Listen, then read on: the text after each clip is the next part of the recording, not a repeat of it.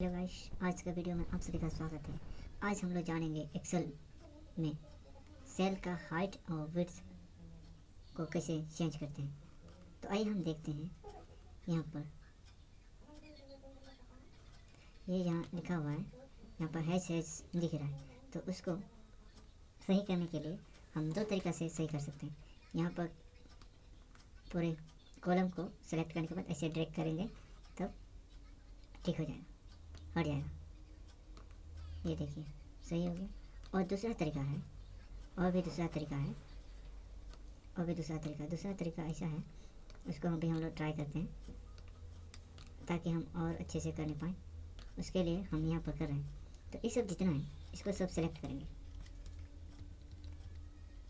Select करने के बाद हम इसको यहाँ पर ड्रैग करेंगे तो सबका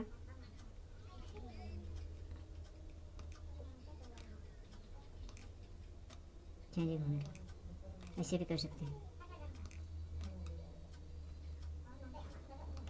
नहीं तो यहाँ से भी कर सकते हैं।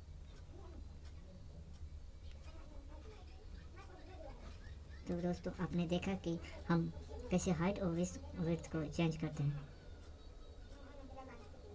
तो इस वीडियो को देखने के लिए आप सभी को धन्यवाद।